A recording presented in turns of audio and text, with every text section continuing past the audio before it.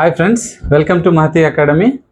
ఈరోజు వీడియోలో మనము ఏపీఎస్సి గ్రూప్ 2 ప్రిలిమ్స్కి మరియు మెయిన్స్కి ఎలాంటి స్ట్రాటజీ ఫాలో అయితే సక్సెస్ కావచ్చు అనేది చర్చించబోతున్నాం.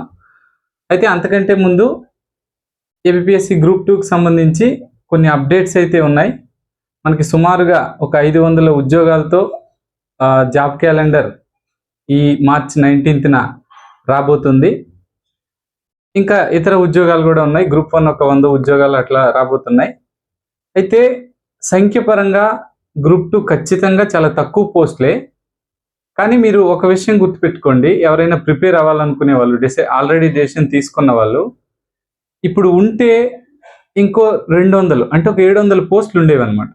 700 పోస్టులు ఉన్నప్పుడు మీకు కానీ ఉద్యోగం వచ్చిందనుకుంటే 500 పోస్టులు ఉన్నప్పుడు కూడా 90% ఉద్యోగం రావడానికి అవకాశం ఉంటుంది. అంటే ఖచ్చితంగా తక్కువ పోస్టులు మనకు కొంత నిరాశగా ఉంటుంది. కాకపోతే మాత్రం ఇందులో ఉన్న అవకాశాలను కూడా మనం చూడాలి. ఇక్కడ వ్యూ ఎలా ఉంటుందంటే ఆప్టిమిస్టిక్ వ్యూ, పెసిమిస్టిక్ వ్యూ అని 2 రకాలుగా ఉంటుంది ఒక విషయాన్ని చూసేటప్పుడు. ఆప్టిమిస్టిక్ వ్యూ అంటే ఆశావహ దృక్పథం, పెసిమిస్టిక్ వ్యూ అంటే నిరాశావహ దృక్పథం. సో ఆప్టిమిస్టిక్ వ్యూ ఉన్న వాళ్ళు ఏంటంటే, సరే 500 వచ్చాయి, ఇలా బ్యాక్ టు బ్యాక్ నోటిఫికేషన్స్ ఎప్పుడూ రాలేదు గ్రూప్స్ చరిత్రలో. ఒక ఎగ్జామ్ అయిపోయిన వెంటనే నోటిఫికేషన్ మళ్ళీ ఎప్పుడూ రాలేదు, మొన్నే చదివున్నాను కాబట్టి నాకు కొంచెం మొన్న చేసినటువంటి మిస్టేక్స్ని కానీ రెక్టిఫై చేసుకున్నట్టయితే నాకు ఈసారి జాబ్ వచ్చే అవకాశం ఉంది, ఒక ఏఎస్ఓ లాంటిది గోల్ పెట్టుకుంటాను, ఈఓపిఆర్డీలో ఒక 120 ఉన్నాయి, అవైనా రావచ్చు, అవి కమ్యూనిటీస్లో పడతాయి, ఇట్లా ఆలోచనలు ఉంటాయి అన్నమాట. ఓకే, అదే మరి పెసిమిస్టిక్ వ్యూ ఉన్న వాళ్ళు చాలా తక్కువ పోస్టులు పడ్డాయి, లక్షలు ఉన్నప్పుడే రాలేదు, ఇప్పుడు ఎప్పుడు వస్తుంది, ఇలా వెళ్ళిపోతుంది. ఇక ఏం ఆలోచిస్తారనేది మీ ఇష్టము, మీకు ఏమనిపించిందో ఆ పని చేయండి. కాకపోతే వ్యూ అట్లా ఉంటుందని నేను తెలియజేస్తున్నాను. ఇంకా ఈ నోటిఫికేషన్కి సంబంధించి కొన్ని రూమర్స్ కూడా స్ప్రెడ్ అవుతున్నాయి. అంటే ప్రతిసారి రూమర్స్ అనేవి మనకి నష్టం చేకూర్చు, కొన్నిసార్లు రూమర్స్ మనకి అలర్ట్, ఒక రకమైన అలర్ట్ని ఇస్తాయన్నమాట. ఆ రూమర్స్లో ప్రధానమైనది ఏంటంటే గ్రూప్ 2 నోటిఫికేషన్ జూన్లో రావచ్చు అన్నట్టు ఒక రూమర్ వస్తుంది. సో ఈ రూమరు మనకు మంచిదే, ఎందుకంటే జూన్లో వస్తుంది. జూన్ కాకపోతే కొంచెం లేట్ అయింది అనుకోండి, జూలైలో వస్తుంది అనుకోండి, ఒక మంత్కి మనకేం పెద్ద నష్టం రాదు. కొంచెం ముందు ప్రిపరేషన్ స్టార్ట్ చేయటం వల్ల మనకి ఎలాంటి నష్టము ఉండదు. కాబట్టి జూన్లో నోటిఫికేషన్ వస్తుంది అనుకుంటే మనకి సెప్టెంబర్ ఇట్లా ప్రిలిమ్స్ కావచ్చు, అక్కడ నుంచి 1 monthలో రిజల్ట్ వచ్చింది అనుకుంటే మరో 3 monthsలో అంటే డిసెంబర్ అట్లా మెయిన్స్ కావచ్చు. అంటే ఈసారి ప్రిపరేషన్ మొత్తం ఎగ్జామ్ ప్రాసెస్ అనేది ఒక 1 yearలో అయితే కంప్లీట్ అయిపోతుంది, డిసెంబర్ కల్లా కంప్లీట్ అయిపోతుంది అనమాట. సో అందుకే ఇప్పుడు కొత్తగా ప్రిపరేషన్ స్టార్ట్ చేసినటువంటి అభ్యర్థులు ఇక ప్రిపరేషన్ని కొనసాగించడం, కొంచెం ప్రిపరేషన్ ఇంకొంచెం పెంచడం చాలా అవసరం అనమాట. అయితే మనం స్ట్రాటజీలో కానీ వెళ్ళిపోతే మనకు తెలుసు గ్రూప్ 2లో ప్రిలిమ్స్ మెయిన్స్ 2 పార్ట్లు ఉన్నాయి, తర్వాత సిపిటి ఉంటుంది. సిపిటిని పక్కన పెట్టేస్తే ఇప్పుడు దానికోసం ఆలోచించొద్దు. ప్రిలిమ్స్ మెయిన్స్ అయితే ఈసారి ప్రిలిమ్స్ చాలా చాలా క్రూషియల్ రోల్ ప్లే చేస్తుంది అనమాట. ఎందుకంటే 500 ఉద్యోగాలు ఉన్న నేపథ్యంలో ఈసారి ఎట్టి పరిస్థితుల్లో 1:12 కాబట్టి రేషియో, ఖచ్చితంగా 1:12 రేషియో కాబట్టి 500 ఉద్యోగాలు ఉన్నాయనుకుంటే ఒక 6000 మెంబర్స్ మాత్రమే మెయిన్స్కి క్వాలిఫై అవుతారు. సో అక్కడ ఈక్వేషన్స్ సపోర్ట్ చేస్తాయి, ఇక్కడ టఫ్ అవుద్ది. కాబట్టి చాలా క్రూషియల్ రోల్ ప్లే చేస్తుంది. కాబట్టి ఎస్పెషల్లీ బిగినర్స్ ప్రిలిమ్స్ మీద ఎక్కువ ఫోకస్ పెట్టడం అవసరం. సో బిగినర్స్ కొన్ని పాయింట్స్ గుర్తుపెట్టుకోవాలా. ఒకటోది 1:12 ఉంటుంది, అదొకటి కన్ఫర్మ్ చేసుకోండి. రెండోది ఎట్టి పరిస్థితుల్లో మీరు సిలబస్ని పట్టుకొని ఒక కంటెంట్కి, ఒక సబ్జెక్ట్కి ఒక బుక్ మాత్రమే ఫాలో అవ్వండి. అంటే ఒక బుక్ అంటే లైక్ ఇప్పుడు ఏపీ హిస్టరీ ఉందనుకోండి, ఒక 2 books అట్లా, అంటే ఏన్షియంట్ అండ్ మిడివల్కి ఒక బుక్, మోడర్న్కి ఒక బుక్, అట్లా లిమిటెడ్ సోర్స్నే పెట్టుకోండి. వాటినే రిపీటెడ్గా చదవండి, అది మీరు ఖచ్చితంగా పాటించాలి. నెక్స్ట్ ఇంకోటి ఏంటంటే టెస్ట్ సిరీస్, కనబడిన ప్రతి టెస్ట్ సిరీస్ రాయాల్సిన పని లేదు, ఒక మంచి టెస్ట్ సిరీస్ రాసుకోండి. అంటే ప్రిలిమ్స్కి సంబంధించి ఒక మంచి క్వశ్చన్లు ఒక 1000 ఉండేవి, మెయిన్స్కి సంబంధించి ఒక 2000 క్వశ్చన్లు ఉన్న టెస్ట్ సిరీస్ ఏదైనా చూస్ చేసుకోండి, ఆ టెస్ట్ సిరీస్ రాసుకోండి. కాన్ఫిడెంట్గా ఉండండి, ఆప్టిమిస్టిక్గా ఉండండి, ఆశావాహ దృక్పథంతో ఉండండి. మీరేమనుకోవాలంటే ఇలా బ్యాక్ టు బ్యాక్ ఛాన్సెస్ చాలా తక్కువ సార్లు వస్తాయి. తర్వాత మనకి పోస్టుల సంఖ్య తగ్గింది అనుకోండి, నెంబర్ ఆఫ్ అప్లికేషన్స్ కూడా తగ్గిపోతాయి.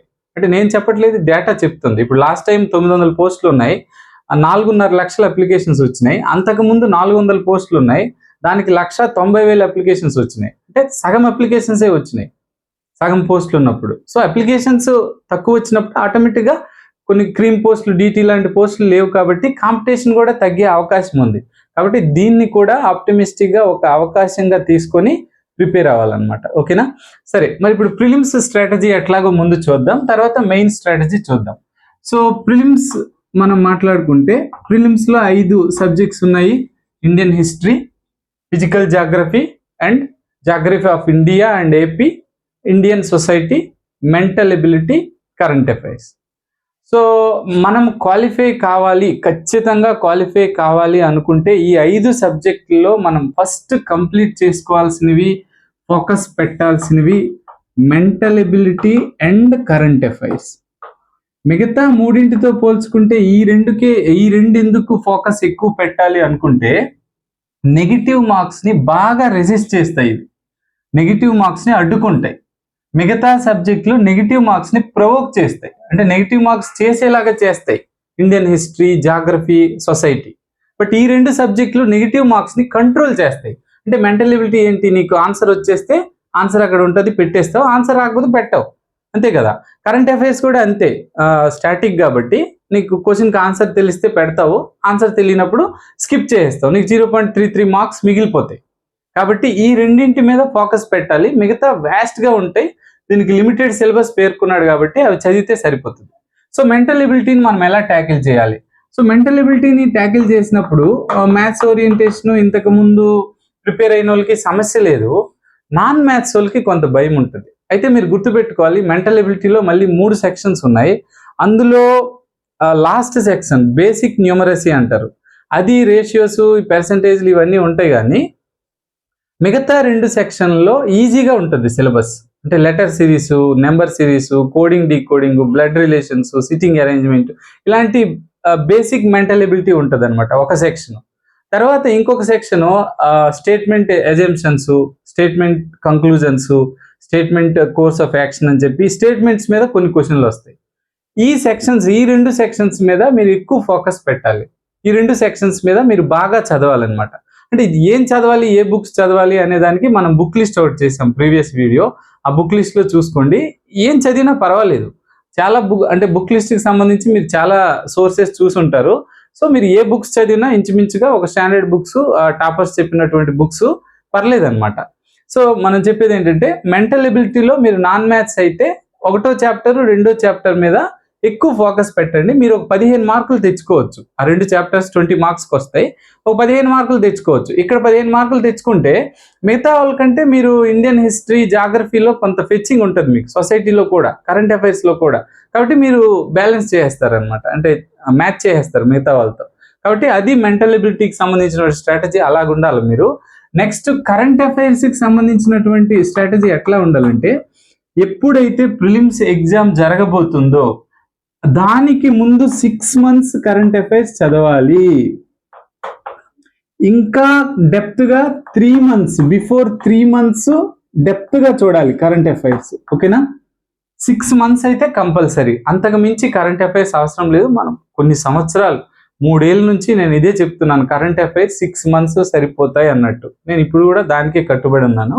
6 months కరెంట్ అఫైర్స్ చదవాలన్నమాట. మరి ఈ 6 monthsలో కరెంట్ అఫైర్స్లో మళ్ళీ 3 సెక్షన్స్ ఉన్నాయి. ఇంటర్నేషనల్ ఉంది కరెంట్ అఫైర్స్, నేషనల్ ఉంది, రీజనల్ ఉంది. నేషనల్కి ఎక్కువ ప్రయారిటీ ఇవ్వాలి, నేషనల్ కరెంట్ అఫైర్స్కి ఎక్కువ ప్రయారిటీ ఇస్తూ చదవాలి. ఇంటర్నేషనల్ లెవెల్లో చదివితే వాటికి ఇండియన్ రిలేషన్ ఉండాలి, ఉన్నప్పుడు అవి ఎక్కువగా ఎగ్జామ్కి వచ్చే అవకాశం ఉంటుంది అనమాట. సో ఆ విధంగా నేషనల్కి, ఇంటర్నేషనల్కి ఎక్కువ ప్రయారిటీ ఇచ్చి ఆ మాత్రం రీజనల్ కరెంట్ అఫైర్స్ చదవండి. కరెంట్ అఫైర్స్లో ఇంకొక ముఖ్యమైన పార్ట్, సొసైటీ కూడా కరెంట్ అఫైర్స్లోనే చదవాలి. సొసైటీకి సంబంధించినటువంటి ఒక చాప్టర్ కరెంట్ అఫైర్స్లో చదవాల్సి వస్తుంది. అప్పుడు ఏం చదవాలో సొసైటీ చెప్పినప్పుడు మనం డిస్కస్ చేద్దాం. ఓకేనా? రైట్, ఇది కరెంట్ అఫైర్స్కి సంబంధించినటువంటిది. సో ఈ రెండు అయిపోయిన తర్వాత మీరు ఇక ఏ సోర్స్ చదువుతారనే అది మీ ఇష్టం. నెక్స్ట్ ఇక ఇండియన్ హిస్టరీ. ఇండియన్ హిస్టరీలో కొత్త వాళ్ళు ఏ టాపిక్స్ చదవాలి అనేది మనం ఒక క్లియర్ వీడియో మన మహతి అకాడమీలోనే థంబ్నెయిల్ లేకుండా నేనే కనబడతాను. అందులో జనరల్ స్టడీస్ ఇండియన్ హిస్టరీ అని ఒక వీడియో ఉంటుంది మనది 5 months బ్యాక్. ఆ వీడియో చదవండి. కొత్త వాళ్ళు అయితే మీకు ఫుల్ క్లారిటీ వస్తుంది. ఆ సిలబస్లో మీరు ఏం చదవాలనేది పక్కా క్లారిటీ వచ్చేస్తుంది మీకు. ఓకేనా? ఇక ఇండియన్ హిస్టరీకి సంబంధించి మీరు చదివినప్పుడు క్వాలిటీగా చదవండి. మెయిన్ నేషనల్ మూమెంట్ మీద ఎక్కువ ప్రయారిటీ ఇవ్వండి. జాతీయోద్యమం మీద ఎక్కువ ప్రయారిటీ ఇవ్వండి. బిట్స్ ఎక్కువగా అక్కడి నుంచి రావడానికి అవకాశం ఉంది. ఏపీ హిస్టరీ ఇక్కడ కొంచెం టచ్ చేయకపోవడానికి అవకాశం ఉంది. ఎందుకంటే మెయిన్స్లో మళ్ళీ మనకి ఏపీ హిస్టరీ వస్తుంది కాబట్టి మనం కూడా టచ్ చేయలేదు. సో ఈసారి కూడా ఏపీ హిస్టరీ ఇండియన్ హిస్టరీలో భాగంగా అడగకపోవచ్చు. ఇంకా మీకు ఏవైనా పీవైక్యూస్ బాగా యూజ్ అవుతాయి అనమాట. మీరు టెస్ట్ సిరీస్ రాసినప్పుడు వాళ్ళు పీవైక్యూస్ కూడా ఖచ్చితంగా టెస్ట్ సిరీస్లో ఇంక్లూడ్ చేస్తారు. సో ఆ పీవైక్యూస్ మీకు ఎలిమినేషన్ చేయడానికి చాలా చాలా ఉపయోగపడతాయి. ఆ విధంగా ఇండియన్ హిస్టరీని క్లోజ్ చేయండి. Next geography, physical geography and geography of India and AP అని ఒక 2 parts లో జాగ్రఫీ ఉంది. ఈ 2 మెంటల్ ఎబిలిటీ, కరెంట్ అఫైర్స్ తర్వాత జాగ్రఫీకి ఎక్కువ ప్రయారిటీ ఇవ్వండి. జాగ్రఫీ కూడా ఒక ఏమంటారు దానికి, మనకి ప్రవచనాల్లాగా స్టేట్మెంట్స్ లాగా ఉంటుంది కాబట్టి కొంచెం అటు ఇటు వెళ్ళిపోవటానికి అవకాశం ఉండదు కాబట్టి ఈజీగా మనం కరెక్ట్గా స్కోర్ చేయొచ్చు. సరైన పీవైక్యూస్ సెక్షన్ వైజు అంటే సిలబస్ పక్కన పెట్టుకోండి. ఒక ఏ జాగ్రఫీ బుక్ అయినా తీసుకోండి, మీ సిలబస్ త్రూ అవుట్ మీకు అప్ టు మెయిన్స్ రాసే వరకు మీ సిలబస్ మీ పక్కనే ఉండాలి. ఉండాలన్నమాట. సో సిలబస్ చూస్తారు జాగ్రఫీకి సంబంధించి. సేమ్ సోలార్ సిస్టమ్ అంటే solar system, interior of the earth అంటే ఇక్కడ ఇంటీరియర్ ఆఫ్ ద ఎర్త్ చదువుతారనమాట. ఓకేనా? అలా సిలబస్ చూస్తూ మీ బుక్లో కంటెంట్ని చూజ్ చేసుకుంటూ సిలబస్లో ఉన్నదే చదవండి. ఇండియన్ జాగ్రఫీ కూడా సిలబస్లో ఉన్నటువంటి అంశాలు చదవండి. Practice is must. అదే క్వశ్చన్లో మీరు ప్రాక్టీస్ చేయండి. ప్రాక్టీస్ చేస్తే మీకు ఎలిమినేషన్లో అయినా స్కోర్ వచ్చే అవకాశం ఉంటుంది. ఇక థర్డ్ పార్ట్ ఇండియన్ సొసైటీకి సంబంధించి ఫస్ట్ చాప్టరు అంటే సోషల్ ఇన్స్టిట్యూషన్స్ అని ఉంటుంది, లేకపోతే స్ట్రక్చర్ ఆఫ్ ఇండియన్ సొసైటీ అని ఉంటుంది. అంటే భారత సామాజిక నిర్మితి, సమాజంలో ఏమున్నాయి అనేది. సో అందులో ఫ్యామిలీ అంటే ఏంటి, మ్యారేజ్ అంటే ఏంటి, కిన్షిప్ అంటే ఏంటి, క్యాస్ట్ అంటే ఏంటి, రిలీజియన్ అంటే ఏంటి, ఇవన్నీ కూడా క్లాన్ అంటే ఏంటి, ఇవన్నీ కూడా క్లారిటీగా తెలుసుకోండి. ఎన్ని టైప్స్ ఆఫ్ ఫ్యామిలీస్ ఉన్నాయి, మ్యారేజ్ రిలేషన్షిప్స్, మ్యారేజ్ మీద మనం క్వశ్చన్ ఇచ్చినట్టున్నాడు, ఫ్యామిలీ మీద ఒక క్వశ్చన్ ఇచ్చినట్టున్నాడు. అంటే మనం కష్టంగా వచ్చింది కానీ ఒక 5-6 బిట్లు అయితే చేయగలిగినట్టున్నాయి, ఒక 7 బిట్ల వరకు చేయగలిగినట్టున్నాయి మన సొసైటీలో. ఎందుకంటే బ్లడ్ రిలేషన్స్ మీద అంటే కిన్షిప్ మీద ఒక క్వశ్చన్ ఇచ్చాడు, నెక్స్ట్ ఫ్యామిలీ మీద ఒక క్వశ్చన్ ఇచ్చాడు, నెక్స్ట్ భాషా ప్రయుక్త రాష్ట్రాలని కమిషన్ ఏదని ఒక క్వశ్చన్ ఇచ్చాడు, నెక్స్ట్ ఇంకేవో కానీ కొన్ని క్వశ్చన్స్ అయితే కొంచెం ఈజీగా కరెంట్ అఫైర్స్ ఒక క్వశ్చన్ తగిలించాడు. నేను అదే చెప్పబోతున్నాను. అంటే దక్షిణాఫ్రికా దాని ఆన్సరు. అంటే ఇటీవల అంటే దివ్యాంగుల విషయమై ఏ దేశంతో ఒప్పందం చేసుకుంది ఇండియా, అట్లా క్వశ్చన్ అడిగాడు. ఇంకోటి ఏదో గ్వాలియర్ ఒక క్వశ్చన్ ఆన్సర్, అది కూడా అవన్నీ కూడా వచ్చినాయి. అంటే ఏదో సొసైటీ కష్టంగా ఉంది అని చెప్తున్నారు కానీ అందులో ఒక 7-8 బిట్లు మనం చేసేలాగా ఉన్నాయి, ఈజీగా చేసేలాగా ఉన్నాయి సొసైటీ. కొన్ని బిట్లు కొంచెం టఫ్గా ఇచ్చారు. లైక్ ఇప్పుడు చూడండి, ఒక స్టేట్మెంట్ ఏదో ఇచ్చారు. అంటే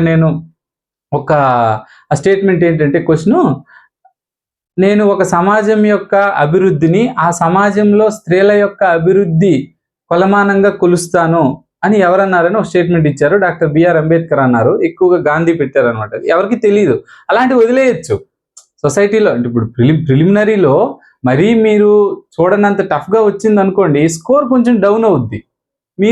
మీరు ఆల్రెడీ ఇదివరకే చదివినదో, ఇదివరకే మీరు ఎక్కడో చేసినదో, ఎక్కడో చూసినదో వస్తే అది తప్పు అయిపోకుండా పెట్టుకోవాలన్నమాట. పెట్టుకుంటే మీరు 6,000 మంది అవుతారు కాబట్టి మీరు ఈజీగా అవడానికి ఛాన్స్ ఉంటుంది. అంటే ఒక డెడికేటెడ్గా, ఒక జెన్యున్గా మీరు చదివినట్టయితే ప్రిలిమ్స్ క్వాలిఫై అవ్వడానికి ఎక్కువ ఛాన్సెస్ ఉంటాయి. ఇంకా సొసైటీలో థర్డ్ చాప్టర్ ఒకటి ఉంది, ఏంటంటే welfare mechanism of society, something అలా ఉంది, వెల్ఫేర్ మెకానిజం.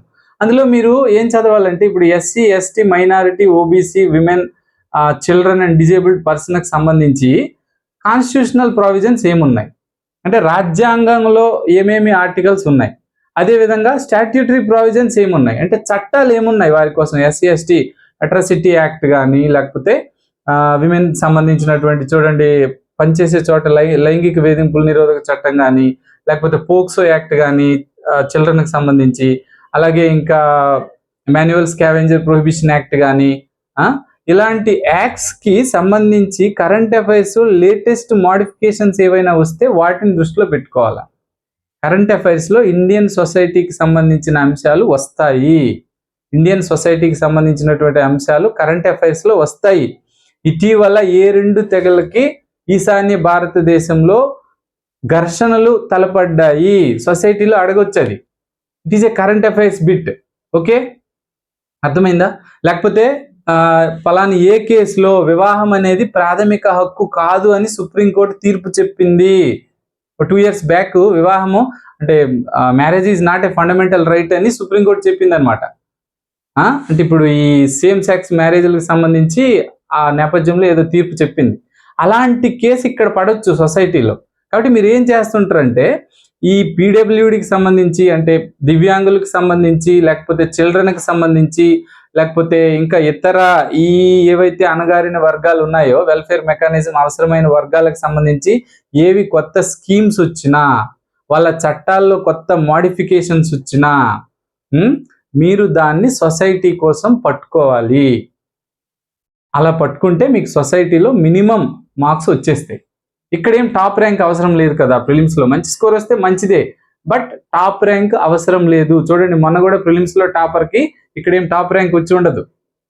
ఇక్కడ క్వాలిఫై అయితే అంటే మంచిగా క్వాలిఫై అయిపోవాలంటే మళ్ళీ డౌట్స్ రాకూడదు. నేను ఎడ్జ్లో ఉన్నాను, 1:12లో ఉండనా ఆ డైలమాలో ఉన్నారనుకోండి, ఆ ప్రభావం మళ్ళీ మెయిన్స్ మీద పడుతుంది.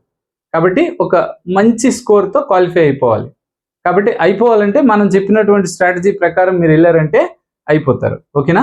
కాన్ఫిడెంట్గా చక్కగా చదువుకొని వెళ్ళిపోతే ప్రిలిమ్స్ క్వాలిఫై అయిపోతారు. ఓకేనా? ప్రిలిమ్స్ అయిపోయిన తర్వాత ఇప్పుడు మెయిన్ స్ట్రాటజీ మనం చూద్దాం. మెయిన్స్లో మీ అందరికీ తెలుసు 2 పేపర్స్ ఉన్నాయి, పేపర్ 1 అండ్ పేపర్ 2. మీరు మెయిన్స్లో మంచి స్కోర్ తెచ్చుకోవాలంటే పేపర్ 1 పైన ఎక్కువ ఫోకస్ పెట్టాలి. అది నిజమే. అలా అని చెప్పి పేపర్ 2 నెగ్లెక్ట్ చేయకూడదు. మీరు ఫైనల్ రిజల్ట్లో ఉండరు పేపర్ 2 నెగ్లెక్ట్ చేసినా. పేపర్ 1 కంటే పేపర్ 2 నెగ్లెక్ట్ చేస్తే పేపర్ 1 స్కోరింగ్ పేపర్ కదా, 130 తెచ్చుకోవాలని టార్గెట్ పెట్టుకొని చదువుకొని ఉండిపోయారు అనుకుంటే ఆ ఎఫెక్ట్ మీకు పేపర్ 2 మీద పడిపోతుంది. కాబట్టి పేపర్ 1కి ఎక్కువ ఇంపార్టెన్స్ ఇవ్వండి.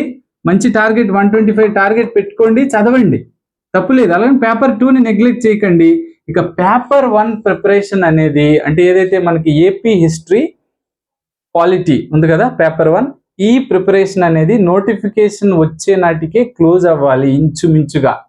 అలాగని పరిగెడతా చదవద్దు, తొందరపడి చదవద్దు. కూల్గా కంపోజ్ చేసుకుంటూ చదువుకెళ్ళండి.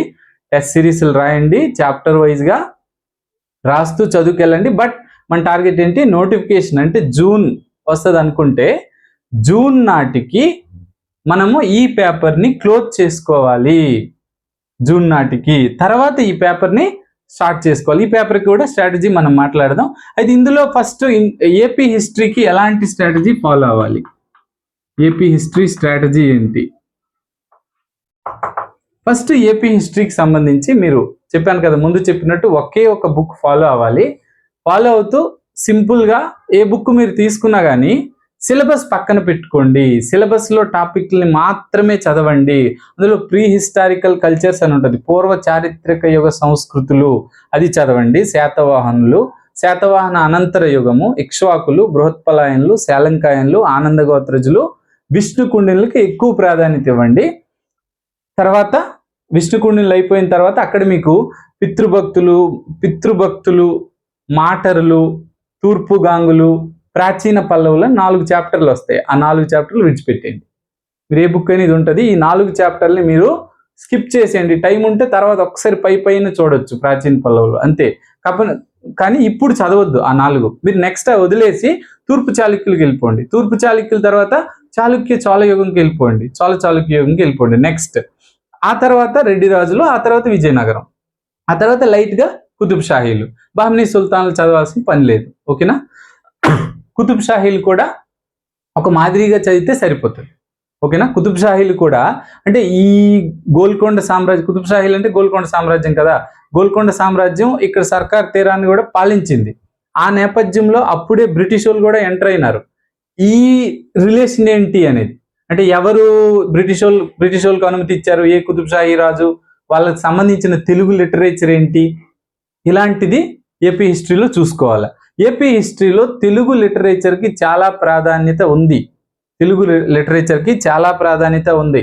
నన్నయ్య కోసం నన్నయ్య రాసిన లిటరేచర్ కానీ, తిక్కన, ఎర్రన, అలాగే పాల్కురికి సోమనాథుడు, కేతన, మారణ, నెక్స్ట్ వేమన, అష్టదిగ్గజాలు, అల్లసాని పెద్దన, ఇల్లంతా, కవి సార్వభౌముడు శ్రీనాథుడు, పాత కవుల్లో శ్రీనాథుడు, ఇంకా ఆధునిక కవుల్లో గుర్రం జాషువా, గురజాడ అప్పారావు, కందుకూరి వీరేశలింగం పంతులు, రాయపోలు సుబ్బారావు, నెక్స్ట్ దాశరథి కృష్ణమాచార్యులు, నెక్స్ట్ మొన్నటి రావూరి భరద్వాజ పాకుడురాళ్ళ వరకు కూడా తెలుగు సాహిత్యము, తెలుగు సాహిత్య చరిత్ర అంటే రచనలు, వాటి రచయితలు, ఆ కంటెంట్ కోసం బాగా తెలియాలన్నమాట.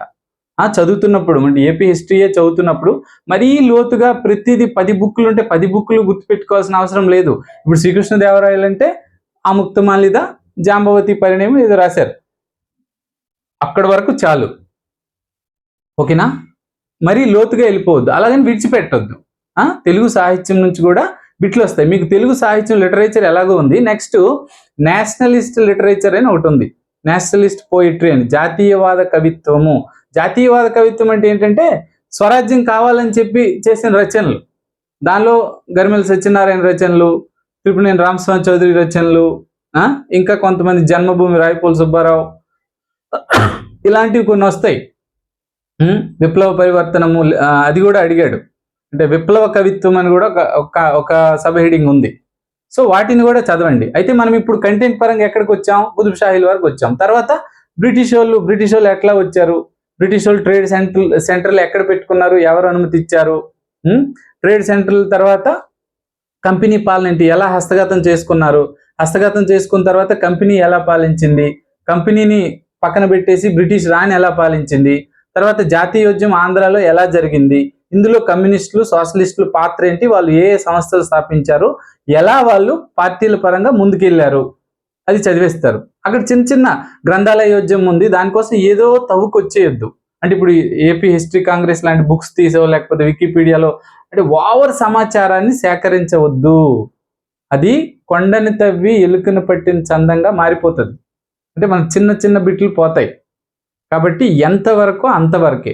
గ్రంథాలయోద్యమం ఒక పేజీ అంతే, ఎక్కడ చదివినా కానీ మీరు ఏదో విజ్ఞాన చంద్రికా మండలి అవి ఉంటాయి గ్రంథాలయోద్యమానికి సంబంధించి, కొమరరాజు లక్ష్మణరావు గారు, నెక్స్ట్ వాటికి సంబంధించి పేజీ చదివితే సరిపోతుంది. అది రఘునాథరావు బుక్లో కూడా ఉంది. ఓకేనా? అలా అయిపోయిన తర్వాత ఇక ఆంధ్రోద్యమము, ఆంధ్ర మహాసభలు, ఆంధ్రోద్యమ పరిణామాలు అవన్నీ చదువుతారనమాట. ఈ నేపథ్యంలో మద్రాసు రాజకీయాలు అక్కడ. నెక్స్ట్ 1926 ఆంధ్ర యూనివర్సిటీ స్థాపించి 100 సంవత్సరాలు అయింది కాబట్టి అది సరి, అంటే దానికి ఎక్కువ ప్రాధాన్యత ఉండొచ్చు. నెక్స్ట్ అక్కడ నుంచి ఆంధ్ర రాష్ట్రం ఎట్లా ఏర్పాటైంది, జెంటిల్మెన్స్ అగ్రిమెంట్, ఇదంతా. తర్వాత మన ఆంధ్ర రాష్ట్రం ఏర్పాటైన తర్వాత రాజకీయ పరిణామాలు ఏంటి, తెలంగాణ ఉద్యమం వరకు. ఓకేనా? అది ఏపీ హిస్టరీకి సంబంధించి అట్లా చదువుకొని క్వశ్చన్స్ రాసుకోవాలన్నమాట. ఓకేనా? పివైక్యూస్, నెక్స్ట్ ప్రాక్టీస్ టెస్ట్లు రాసుకొని చక్కగా గుర్తుపెట్టుకొని విస్తారంగా చదివేయకుండా వెరీ లిమిటెడ్గా బాగా రిపీటెడ్గా చదువుకోవాలి. చదువుకుంటే మీకు పోస్ట్ వస్తుంది. రిపీటెడ్గా లిమిటెడ్ సోర్స్ని రిపీటెడ్గా చదువుకుంటే టాప్ ర్యాంక్ అంటే చెప్పలేము ఎవరు ముందు, అది చాలా ఫ్యాక్టర్స్ కలిసి రావాలా. 3 waysలో దానికి అంటే 3 waysలో సక్సెస్ అయితే టాప్ ర్యాంక్ వస్తుంది. కానీ ఏదో ఒక పోస్ట్ అనుకుంటే మాత్రం రిపీటెడ్గా లిమిటెడ్ సోర్స్ అయితే వచ్చేస్తుంది. ఓకేనా? కాబట్టి ఆ స్ట్రాటజీతో వెళ్ళండి. టాప్ ర్యాంకే నాకు కావాలా, నాకు సబ్ రిజిస్ట్రే కావాలా అని చదివామనుకుంటే అనవసరంగా ఒత్తిడి పడుతుంది. ఓకేనా? నెక్స్ట్ పాలిటీకి సంబంధించి ప్రాక్టీస్ అయితే వెరీ వెరీ వెరీ ఇంపార్టెంట్. పాలిటీకి సంబంధించి అదొక పాయింట్ నేను కన్ఫర్మ్ చేయదలుచుకున్నాను. ఇక సిలబస్ నేను చెప్పే పని ఏముంది, సిలబస్ మామూలుగా ఏమంటారు, ప్రీ కాన్స్టిట్యూషనల్ బ్యాక్గ్రౌండ్ ఉంటుంది. అంటే రాజ్యాంగం తాలూకు ముందు చరిత్ర, బ్రిటిష్ వాళ్ళు పెట్టినటువంటి యాక్ట్లు ఇవన్నీ, తర్వాత కాన్స్టిట్యూషనల్ డెవలప్మెంట్, మేకింగ్, అదంతా అయిపోయిన తర్వాత salient features of Indian constitution, next fundamental rights, duties, directive principles అవన్నీ చదివేస్తారు. ప్రియాంబుల్, సిటిజన్షిప్ అదని చదివేస్తారు. చదివేసిన తర్వాత సేమ్ సెకండ్ చాప్టర్లో పార్లమెంటు, అవతల అసెంబ్లీలు ఎలా పనిచేస్తాయి, ఆ సిస్టమ్స్ ఎట్లా వర్క్ చేస్తాయి అని చదవాలి పాలిటీలో. అంటే రాష్ట్రపతి సిస్టమ్, గవర్నర్ వ్యవస్థ ఎలా పనిచేస్తుంది, రాష్ట్రపతి వ్యవస్థ ఎలా పనిచేస్తుంది, వాళ్ళకున్న అధికారాలు ఏంటి, పార్లమెంట్కు ఉండే అధికారాలు ఏంటి, పార్లమెంట్లో ఏం జరుగుతుంది, ఇలా executive, legislature, judicial system, 3 systems కూడా జ్యుడిషియల్ యాక్టివిజం అంటే ఏంటి అన్న వరకు చదువుకెళ్ళిపోతారు.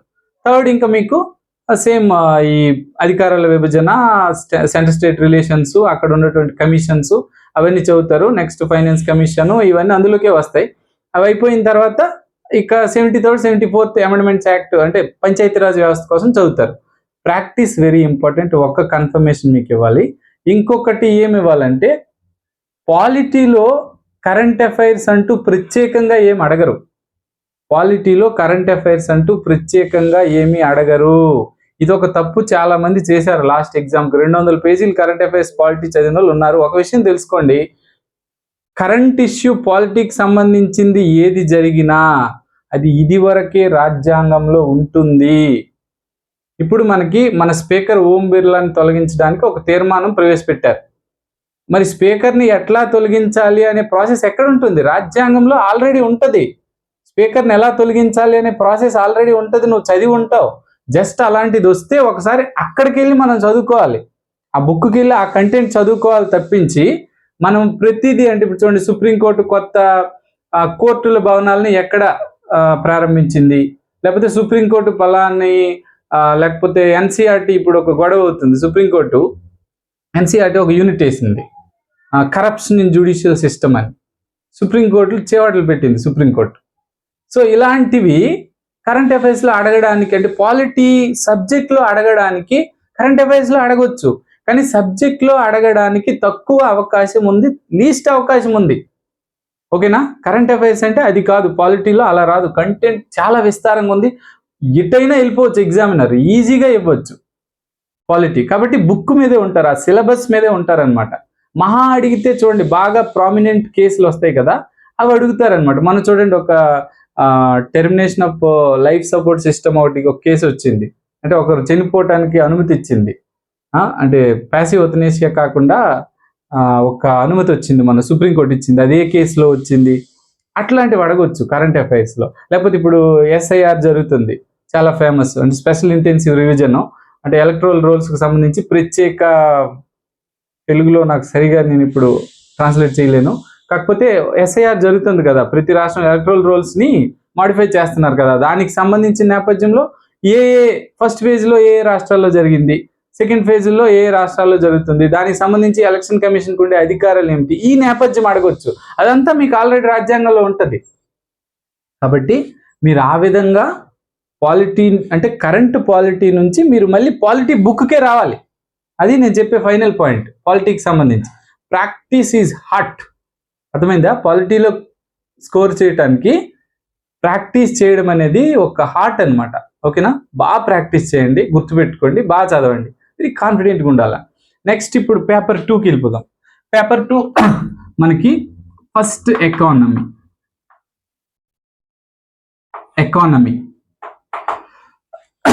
ఎకానమీ గుర్తుపెట్టుకోండి.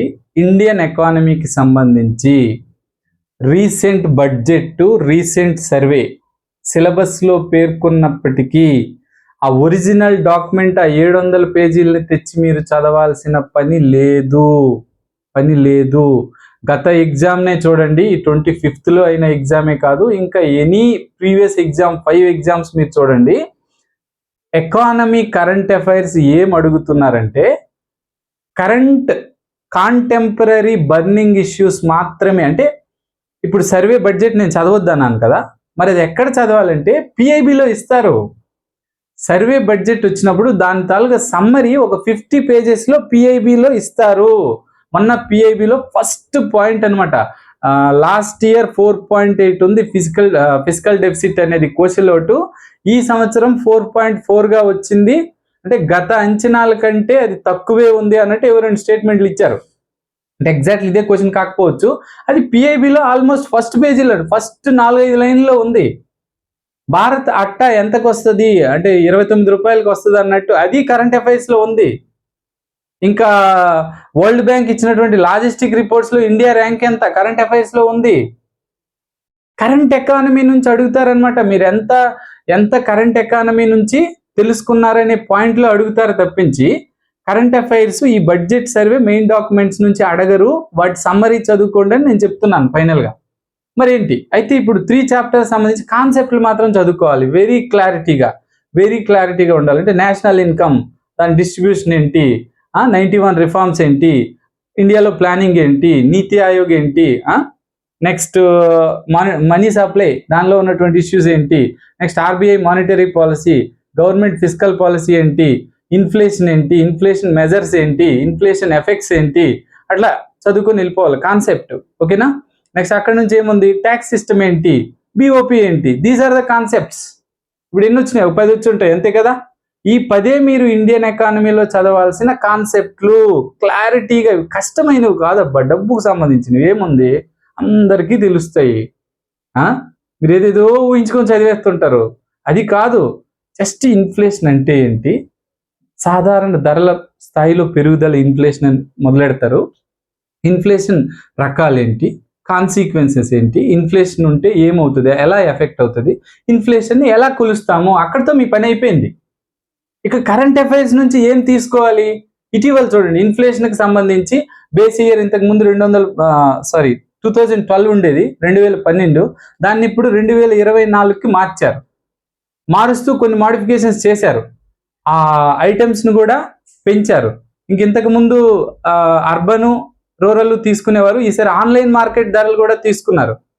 ఇలాంటి ఇన్ఫర్మేషన్ని మనం కలెక్ట్ చేసుకోవాలి. మరి ఇది ఎక్కడ కలెక్ట్ చేసుకోవాలి సార్? ఏ మ్యాగజైన్స్ అయితే ఆ మ్యాగజైన్లో ఎకానమీ, కరెంట్ ఎకానమీ న్యూస్ లేకుండా మ్యాగజైన్ వస్తుందా? మీరు ఒకవేళ న్యూస్ పేపర్ చదివితే ఎకానమీ లేకుండా న్యూస్ పేపర్ వస్తుందా? రాదు. ఆ మ్యాగజైన్లో ఎకానమీకి సంబంధించిన న్యూస్ ఉంటుంది, దాన్ని నోట్ చేసుకోండి, దాన్ని లేకపోతే చదువుకోండి. అంటే యాజ్ యువర్ ప్లాన్, మీరు ఏం నోట్ చేస్తారో చదువుకుంటారు, అది మీ ఇష్టం.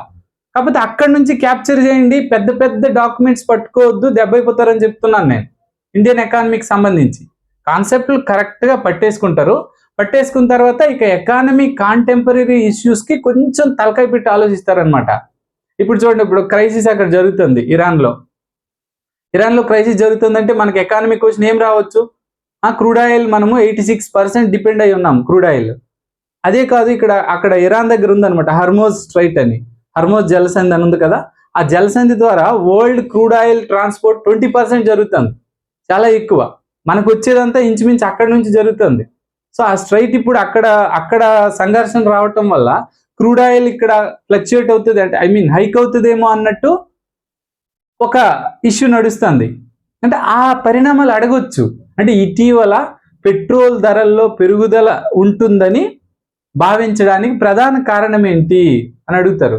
అడిగి ఎక్కడో చమురు నిల్వలు తరిగిపోయాయని అడుగుతారు, లేకపోతే భారతదేశం పెట్రోల్ని అంటే మామూలుగా కార్బన్ ఎమిషన్స్ తగ్గించడానికి పెట్రోల్ వినియోగాన్ని గణనీయంగా తగ్గించాలనుకుంటుంది, లేకపోతే ఇరాన్ ప్రధాన క్రూడ్ ఆయిల్ సరఫరా ప్రాంతమైనటువంటి ఇరాన్ సంక్షోభము, లేకపోతే గల్ఫ్ సంక్షోభము అని ఇస్తారు. ఆన్సర్ ఏంటి? ప్రధాన క్రూడ్ ఆయిల్ సరఫరా ఏరియా అయినటువంటి ఇరాన్లో సంక్షోభం కారణం కదా, గల్ఫ్ సంక్షోభం కాదు. ఇంతకుముందు 90లో పెట్రోల్ పెరగడానికి గల్ఫ్ సంక్షోభం ఒక కారణం. ఇప్పుడు గల్ఫ్లో సంక్షోభం ఏం లేదు, అంటే గల్ఫ్ ఏరియా కొడుతున్నారేవో మిజైల్స్ కానీ ఇరాన్ వాళ్ళు, అక్కడ సంక్షోభం లేదు, కొంచెం అవతల ఉంది, ఆ పైన ఉంది, ఇరాన్లో ఉంది. కాబట్టి అది ఆన్సర్ అవుతుంది. ఆ కాన్సిక్వెన్సెస్, మరి పెట్రోల్ పెరిగితే ఏమవుతుంది, లాజిస్టిక్ ధరలు పెరుగుతాయి, ధరలు పెరుగుతాయి, మామూలు ధరలు పెరిగితే ఇన్ఫ్లేషన్ వస్తుంది. ఓకే, అలా వెళ్ళిపోవాలన్నమాట పైకి ఆలోచించుకుంటా. ఆ నాలెడ్జ్ అంటే కరెంట్ ఎకానమీలో మీకు ఇప్పుడు అర్థమైందా? ఇంత చెప్పాను కానీ, అంటే కరెంట్ ఎకానమీ నుంచి మీరు ఏం క్యాప్చర్ చేయాలి అనేది నేను చెప్తున్నాను, ఒకటో పాయింట్. రెండో పాయింట్, ఎక్కడి నుంచి క్యాప్చర్ చేయాలి. ఈ పెద్ద పెద్ద డాక్యుమెంట్లు పట్టుకోకండి, they are very beautiful, they are very good, but ఎంత నెసిటీ ఉంది మనకి, వాటి నుంచి ఎంత తీసుకోవాలా. పేపర్ చూడండి, ప్రీవియస్ పేపర్ చూడండి, అన్ని హిందూ పేపర్లు, అంటే నేను ఫాలో అయ్యే పేపరు ఫస్ట్ పేజీలో వచ్చినవి అవన్నీ కూడా ఈజీగా పెట్టేయచ్చు. సో ఇది స్ట్రాటజీ, మీకు అర్థమైంది కదా. కరెంట్ అఫైర్స్ని అట్లా తీసుకుంటారు, కాన్సెప్ట్ని ఇట్లా చదువుకుంటారు. ఓకే, నెక్స్ట్ ఎలాగో టెస్ట్ సిరీస్ రాస్తారు. ఇక ఏపీ ఎకానమీకి సంబంధించి main source AP socio economic survey recent. అంటే మీకు ఎప్పుడు మెయిన్స్ అవుతుందో ఆ మెయిన్స్కి ముందు ఏది రీసెంటో ఆ socio economic survey main part, దానిలో సిలబస్ పక్కన పెట్టుకుంటారు, సిలబస్లో ఉన్న కంటెంట్ అక్కడ వెళ్ళి చదువుతారు. సిలబస్లోని కంటెంట్ అక్కడ వెళ్ళి చదువుతారు. దాంతోపాటు ఏపీ ఎకనమిక్ న్యూస్ ఉంటుంది, దాన్ని చదువుకోవాల్సి వస్తుంది. For example AP economic news అంటే ఇప్పుడు ఏపీ కొత్త ఇన్ఫ్రాస్ట్రక్చర్ ప్రాజెక్ట్స్ పెడుతుంది, భోగపురంలో ఒక ఇంటర్నేషనల్ ఎయిర్పోర్ట్ కడుతుంది, నెక్స్ట్ దగదర్తిలో ఏదో కడుతుంది, అక్కడ మన వరవకల్లో, కొప్పర్తిలో, దుగరాజపట్నంలో ప్లాన్ చేస్తుంది. ఇవన్నీ అడగొచ్చు. ఇప్పుడు నక్కపల్లిలో ఒక పెద్ద ఫార్మాస్యూటికల్ ఏదో పెద్దది వచ్చింది అన్నమాట, 1,00,000 కోట్లు పెట్టుబడి అంటున్నారు. నెక్స్ట్ ఆర్సిలర్ మెటల్, అదొకటి Arcelor metal Nippon India steel plant వస్తుంది పెద్దది ప్రైవేట్ ఫీల్డ్లో. అలాగే వైజాగ్లో డేటా సెంటర్ వస్తుంది. ఆ డేటా సెంటర్ ఎవరు పెట్టబోతున్నారు? ఇలాంటి క్వశ్చన్లు అడగొచ్చు. $15 బిలియన్ పెట్టుబడి పెడుతుందట గూగుల్లో. సో అలాంటి క్వశ్చన్లు ఏపీ ఎకనమిక్ న్యూస్ నుంచి కొంచెం ఏపీ స్కీమ్స్కి సంబంధించి కొన్ని బిట్లు పికప్ చేస్తారనమాట. క్లారిటీ వచ్చేసిందా? కొన్ని బిట్లు అక్కడి నుంచి పికప్ చేస్తారు. ఓకేనా? AP schemes, AP current economic news, దీని నుంచి బిట్లు పికప్ చేసి మిగతాది సోషియో ఎకనమిక్ సర్వే మీద పడతారు. మీకు చాలా మంచి మార్క్స్ వచ్చేస్తాయి అలా చదివితే. మీరు ఎంత ఎక్కువ ఎకానమీలో మీరు ఎంత ఎక్కువ చదివితే అన్ని తక్కువ మార్కులు వస్తాయి. ఆర్బీఐ ఒక రిపోర్ట్ ఇస్తుంది. ఆ రిపోర్ట్ మీరు మొత్తం చదివారంటే సింపుల్గా హైపర్ మనీ అంటే ఏంటి దానికి ఆన్సర్ చేయలేరు. ఆ రిపోర్ట్ అంతా మంచి ఇన్ఫర్మేషన్, అది మనల్ని చదివేలాగా ప్రోత్సహిస్తుంటుంది. ఆటోమేటిక్ ఇది కొట్టేస్తుంది ఫస్ట్ పాయింట్. మీకు అర్థమైందా? ఓకే, అది అలా చదువుకోండి. ఇప్పుడు next science and technology and environment, second subject. So 2 సబ్జెక్టులు ఉన్నాయి, science and technology and environment. Science and టెక్నాలజీకి సంబంధించి ఫస్ట్ వాళ్ళొక 4 ఇష్యూస్ మనకి సిలబస్లో మెన్షన్ చేశారు. ఆ 4 ఇష్యూస్ సంబంధించి ఫస్ట్ స్ట్రక్చర్ చూడండి, తర్వాత కరెంట్ అఫైర్స్ యాడ్ చేయండి, అయిపోయింది, క్లోజ్. ఫస్ట్ స్ట్రక్చర్ చూస్తారు. ఇస్రో స్ట్రక్చర్ ఏంటి, వాళ్ళు ఏం చేస్తారు, వాళ్ళ దగ్గర ఎన్ని టైప్స్ ఆఫ్ శాటిలైట్స్ ఉన్నాయి, ఎన్ని టైప్స్ ఆఫ్ రాకెట్స్ ఉన్నాయి, వాటి ప్రాధాన్యత ఏంటి, ఇస్రో ప్లాన్స్ ఏంటి, అవన్నీ తెచ్చి కొంచెం ఇది మన కరెంట్ అఫైర్స్ని యాడ్ చేసుకుంటే అయిపోయింది ఇస్రో. అలాగే ఇన్ఫర్మేషన్ టెక్నాలజీలో ఏ అంశాలు ఉన్నాయి ఇండియాలో, I4 ఇవన్నీ ఏవో పనిచేస్తున్నాయి. 1930 అనే ఒక సైబర్ క్రైమ్ నెంబర్ ఒకటి పనిచేస్తుంది. ఇవన్నీ ఎలా పనిచేస్తున్నాయి ఏంటి అనేది చూస్తారు. న్యూక్లియర్ టెక్నాలజీ ఏ అంశాలు ఉన్నాయి, మనం ఏ స్టేజ్లో ఉన్నాం, ఎన్ని స్టేజ్లు ఉంది న్యూక్లియర్ టెక్నాలజీని ఎలా వాడాలనేది, మనము ఏ స్టేజ్లో ఉన్నాం, మన దగ్గర ఉన్న థోరియం నిల్వలు ఏంటి, దానికి సంబంధించి కొత్త టెక్నాలజీ ఏంటి. మొన్నేదో వైజాగ్లో ఒక ప్రోటాన్ యాక్సిలేటర్ అని ఒకటి ఓపెన్ చేశారు. వెరీ ఎక్స్పెన్సివ్ ఇన్స్ట్రుమెంట్ అట, అది చాలా ఖరీదట. ఇంకో 15 సంవత్సరాలు పోతే మనకు అందుబాటులోకి వస్తుందట. థోరియంని ఈజీగా కన్వర్ట్ చేస్తుందట. అలాంటిది రాదా సైన్స్ అండ్ టెక్నాలజీలో? ఆ మాత్రం చూసుకుంటే చాలదా? పిఐబికి వెళ్ళి రోజుకు 4 గంటలు చదివి అవి స్క్రీన్ షాట్లు కొట్టి దాన్ని మళ్ళీ తెలుగులో రాసి, సో కరెంట్ అఫైర్స్లో వచ్చే, సో రైట్, పిఐబి మీరు చదవగలిగితే పిఐబిలోకి వెళ్ళి ఆ పర్టికులర్ డిపార్ట్మెంట్సే చదవాలా. అంటే మినిస్ట్రీస్ వాళ్ళు ఇస్తారు, 54 మినిస్ట్రీస్ ఉంటాయి. అందులో మీరు ministry of science and technology, ministry of defence ఇవి ఇస్తారు కదా, అవి సరిపోతాయి ఈ సైన్స్ అండ్ టెక్నాలజీ ఒక్క యూనిట్ 1కి సంబంధించి. ఓకే, ఇక యూనిట్ 2కి సంబంధించి వెరీ సింపుల్ ఇష్యూ. అది మీకు ట్రిపుల్ ప్లానెటరీ క్రైసిస్ అని ఒక పాయింట్ ఉంది. ఏంటది? ట్రిపుల్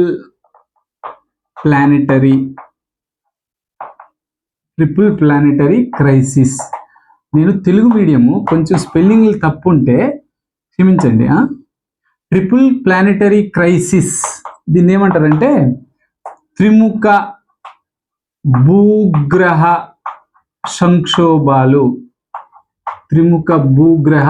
సంక్షోభాలు అని అంటారు. ఇదే మీ సిలబస్. మీ తర్వాత 3 యూనిట్లు ఈ ఒక్క పాయింటే.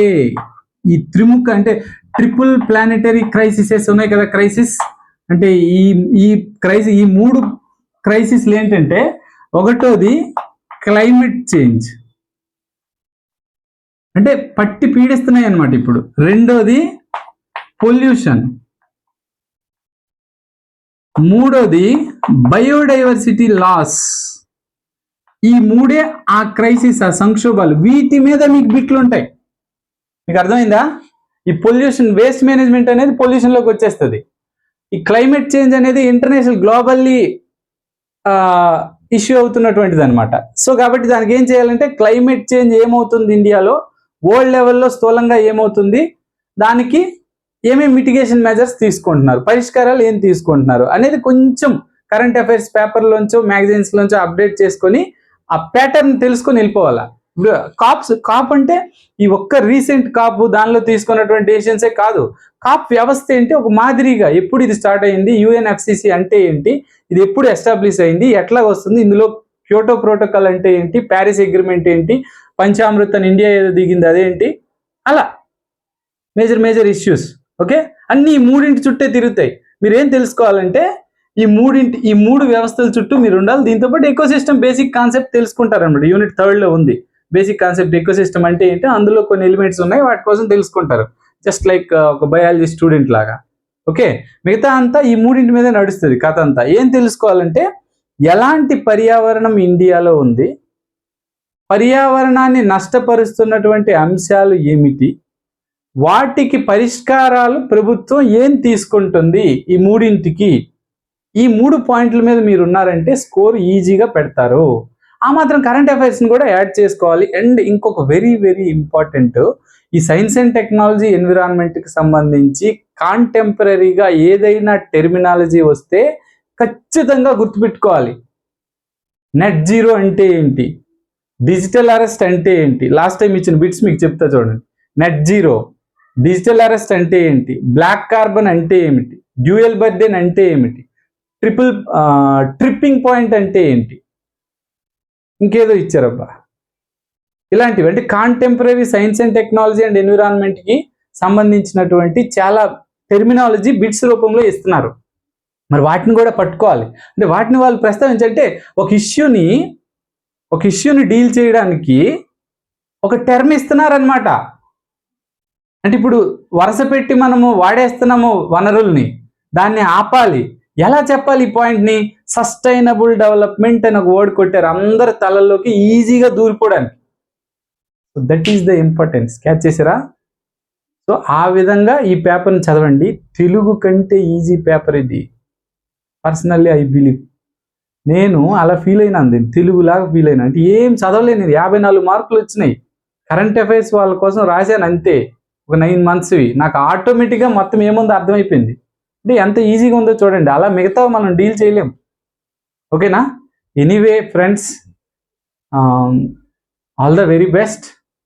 బాగా రాయండి, ఫస్ట్ బాగా చదవండి, బాగా రాయండి. వెరీ ఇంపార్టెంట్ పాయింట్ మర్చిపోయాను, health is very crucial. Healthy environment చుట్టూ బిల్డప్ చేసుకోండి, healthy environment. Okay, all the very best. Thank you very much.